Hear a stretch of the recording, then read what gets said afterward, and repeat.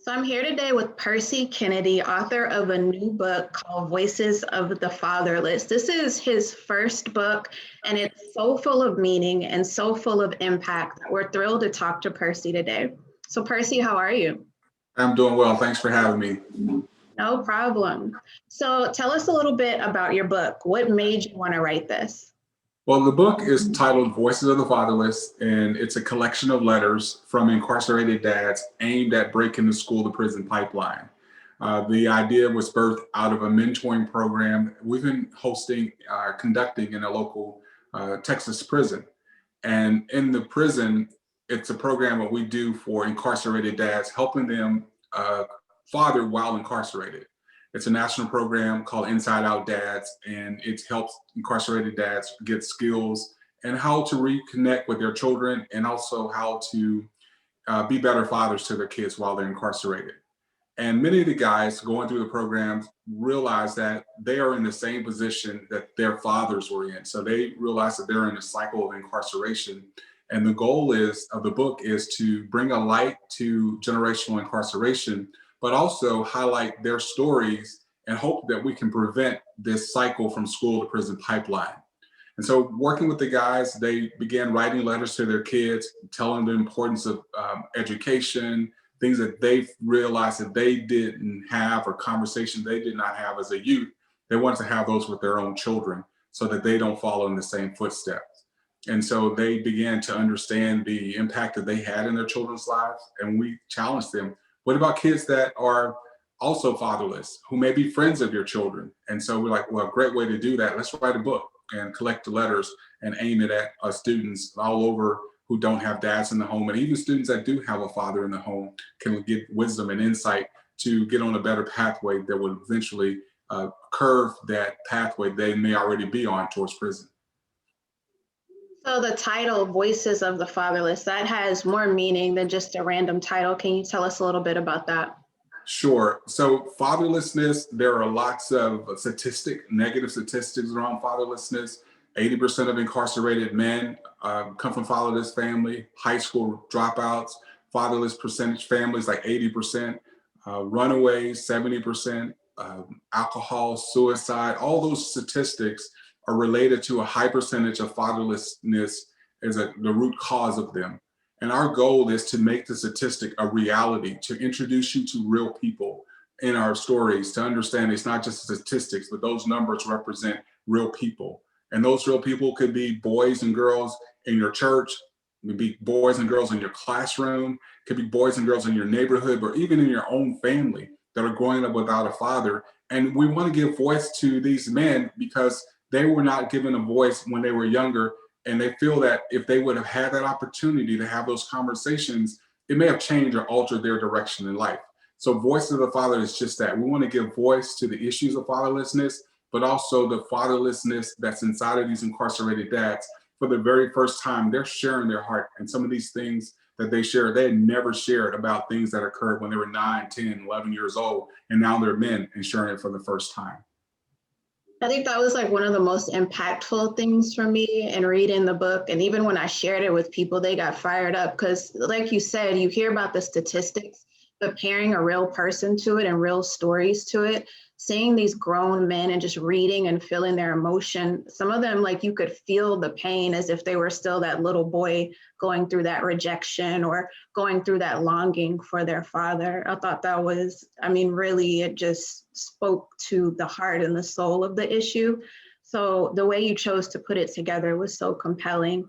Not, even though your book shone a spotlight on the stories of a lot of other men who have been impacted by fatherlessness, you have your own personal journey as a single father as well. Can you tell us a little bit about that and how it inspired your mission today?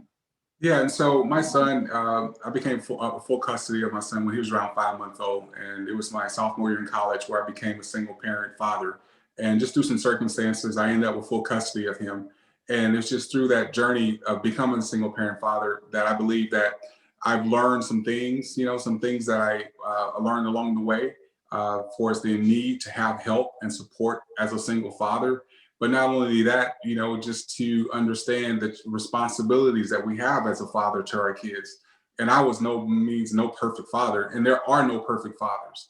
But what helped me along the way was there are men and women that came alongside that gave me wisdom and insight and kind of helped me along the journey. So that's one of the things that I really share with the guys is that it doesn't matter where you are. You don't have to know all of it, but a sign of strength is action for help, actually acknowledging that you need help. And one of the things that I was challenged with was that, how you were fathered will impact how you father your own children. And as a man, we are taught to mimic what we see. And I grew up in a home, my dad was a provider and I felt very protected. But he always, taught us the importance of working hard and taking care of your responsibilities. But I was one of those kids that I could never say, I knew my dad loved me, but I never really actually heard him say, I love you as a child or even growing up. And I remember having a conversation with one of the guys who was sort of like mentoring me. And he said, Percy, when was the last time you told your dad that you loved him? And I'm at an adult and I was like, I never did that. And he goes, well, you're having an expectation to give something to him that you need to give to him and don't expect it from him because you know better. And basically our parents, they raised us the way they were brought up. And I remember him challenging me to reach out to my dad. And I was really stuck in the negative because I really thought about all the negative things I experienced growing up. There were a lot of positive things. So I reached out to my father and told him how much I appreciate him for always being there, providing for us. I felt protected. We always had food, place to live, clothes on our back. And I want to tell him, I said, Dad, I want you to know I love you. And there was a silence on the phone. Then right after that, he said, son, I love you too. And he calls me Junior. And that was the first time I actually heard my dad say, I love you. And, it was one of those things where now I look back at that experience that was, I was like 28, 29 when that happened. So that's been several years from now. It's not very infrequent that we ever hang up the phone when he doesn't say, I love you. And that was one of the stories I share with the guys in prison. It's like, we have to take the initiative and maybe give our fathers an I love you, give them a call. And I cannot tell you, there are multiple stories of men reaching out to their dad and making that initial attempt to let them know that, they love their dads. And I think that's what we have to do is to be proactive and reach out. So you're really modeling, I know we've used that phrase, the new normal, probably too much in the past year, but you're modeling a new normal for people that have all the emotions inside of them, but maybe have been taught that it's not okay to share them, or either just never knew how to do that or got permission to do that. I think that's super powerful. So you shared one of your own stories. Can you tell us a story of one of the men from your book that really stood out? And it could be either, a letter that's contained in the book, or it could be a follow-up success story of like where they progressed since their letter in the book. Yeah.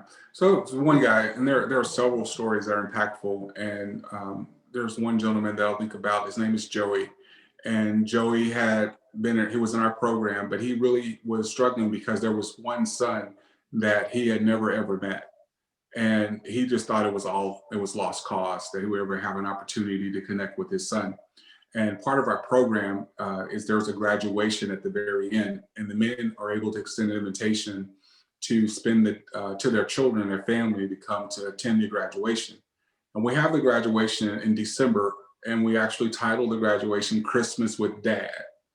And Joey, after much attempts, had reached out to the mother of this young boy that he had never met. And he just had totally really lost hope. And just over a period of time, he just kept writing letters. And I'll never forget that December, it was the last Christmas that we had.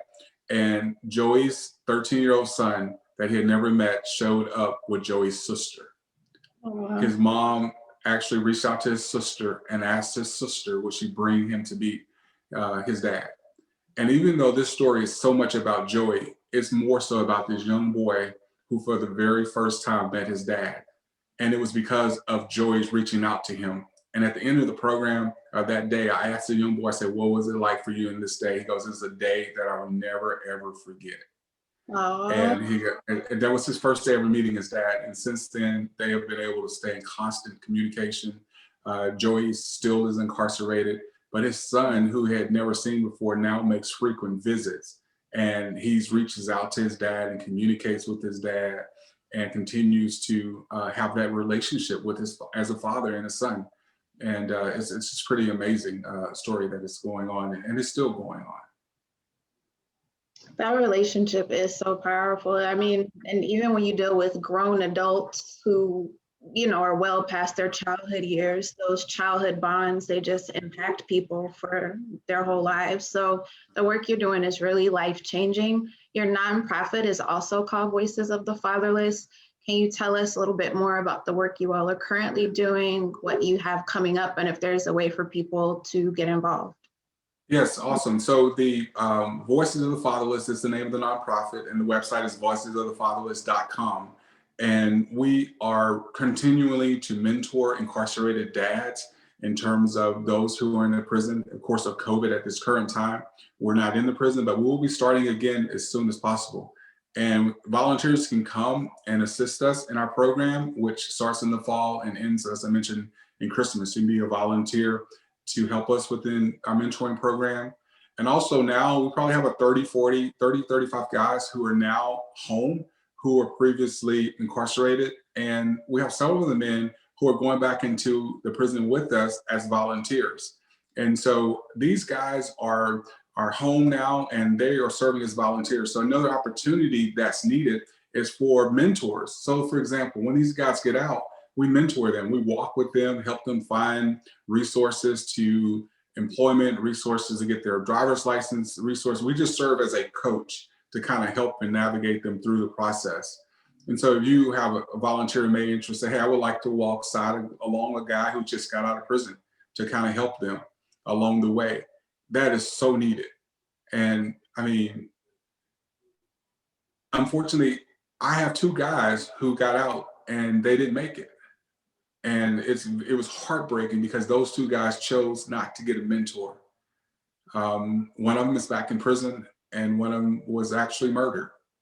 And they chose not to get a mentor. So it's so vital that we are available to them, because if they're not available, have someone to walk alongside them, they're going to go back to what they knew.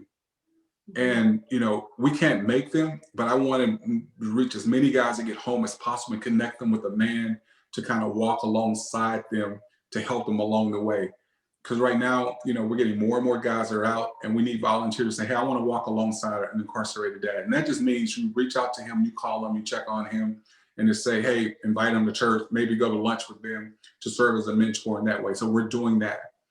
Something that's exciting that's coming up now that we have the book. And the book, I believe, could be a good resource for teachers and in schools, to foster conversation with their young boys and girls who may be having behavior issues, and just really have a conversation with them. Maybe it's something that's going on at home. Maybe it's something going on with their feeling and not having a father in the home.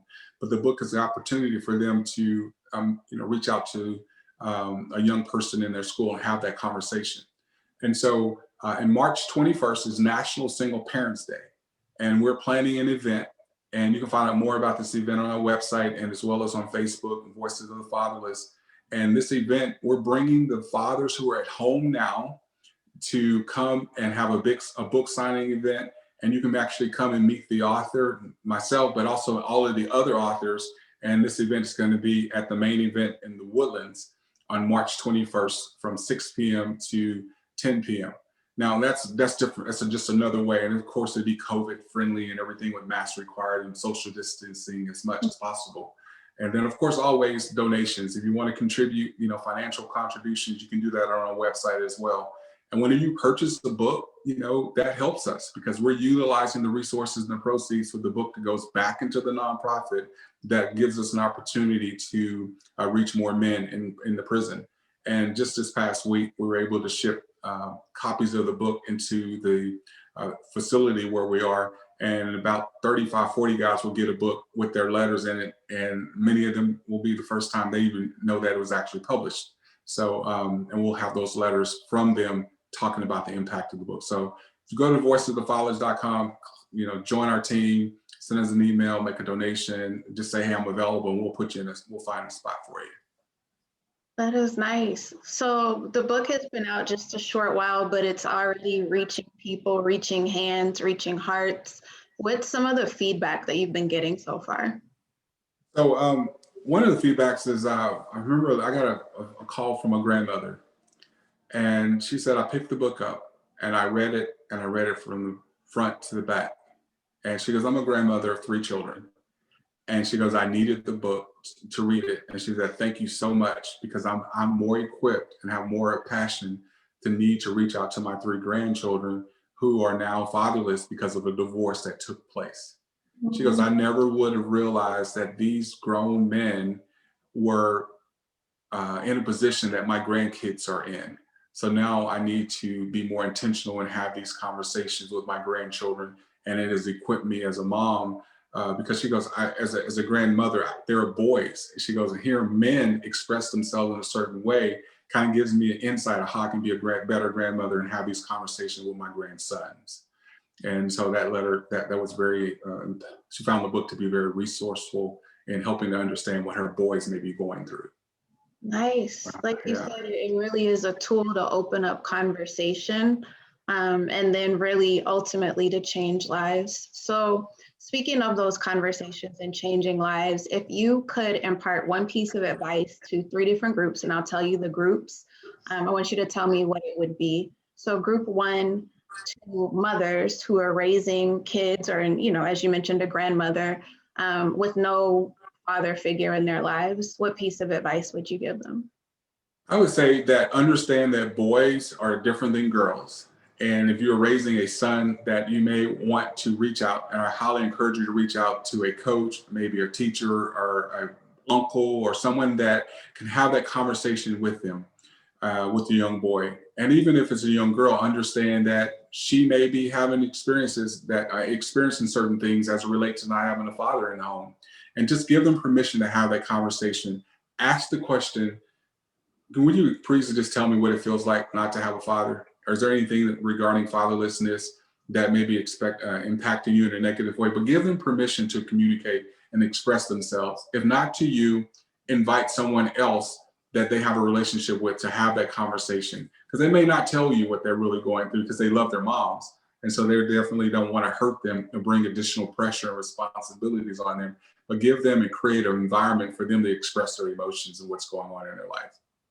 Okay, that's good advice. So, group two would be to fathers who aren't in their kids' lives. Fathers who are not involved in their kids' life, I would say if you have the opportunity and you have the access to your children, make yourself available to them. And the thing that you can do, especially being absent father, is tell your children that you are sorry. Mhm. Make an apology, communicate your regret for not being actively involved in their life. You still have the opportunity to influence them. They still need you no matter what the rejection may have been like in the past, and tell them you love them. Be proactive and pursue them. It's beautiful. And then the third group, to children growing up without a father. Children growing up without a father, I would say to you is that there is a purpose and plan for your life, and that no matter what the circumstances are, what the situation may be, never give up hope on the fact that you were created for much more than prison. You're created much more than incarceration. And ask a man or to be a mentor to you. Reach out to someone and say you need help. And I would say if you don't have that relationship with someone to be able to do that, send me an email. Um, contact me through our website. I want to hear from you. And I currently have a young boy now who reached out to me that way. His father and mother passed away, and he's having a challenge, right now. And I say this not to boast or anything or take any credit, but he's been living with me for the last few weeks because he just was in a spot where he was eventually going to be homeless. And I think that's the challenge, is that there are people there that want to help you, but you have to ask them for help and let them know that you need help. So if you're struggling and need help, ask for it, because there are voices in our young people's head that are saying commit suicide. And 65% of suicide rates from our teens come from those that don't have fathers in their home. So by all means, I encourage you to reach out and ask for help. If not your own parents, someone else. Yeah. And one of the things that I think was great that you did in the book was you provided a resource section. So you've made yourself available, you gave your own contact, and you also provided other resources, because I think a lot of times people get the very beginnings of the knowledge, And they get the thought, they get the seed planted, but they don't know where to go from there. So you really have taken this to the next step of, here's the issue, but here's how we solve it. And that's one of the really powerful pieces of your book as well. So if you could wave a magic wand and you can just tell me in one sentence, what would you want the impact of your book to be, or the legacy of your book to be? I would say the legacy of the book in one sentence, I would want it to be a tool that opened up the eyes of fatherlessness and the negative impact that it has on the lives of children, and more people will be actively engaged in coming about walking alongside and being a mentor. And I would hope it would be said, I became a mentor because of what I read in the book. That is nice. Well, there is no doubt that this book, Voices of the Fatherless, will touch the minds, hearts, souls, and lives of so many. If people want to buy a print version, it's available on Amazon, Barnes and Noble, Powell's, and really just anywhere online books are sold. As Percy mentioned, if you're in the local Houston area, there'll be an upcoming event. And for those who are keeping COVID safe, the ebook is exclusively available on Amazon Kindle. Is there anything you wanted to leave people with before we end? Just thank you so much. And we invite you to just help us.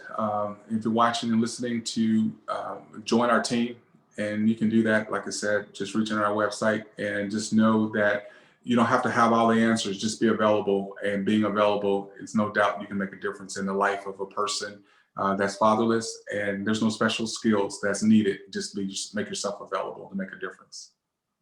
Well, Percy, this is the first book. We hope it's the first of many. Just so proud of you. We celebrate with you, and just can't wait to see what's next for you and Voices of the Fatherless. Thank you for your time. Thank you.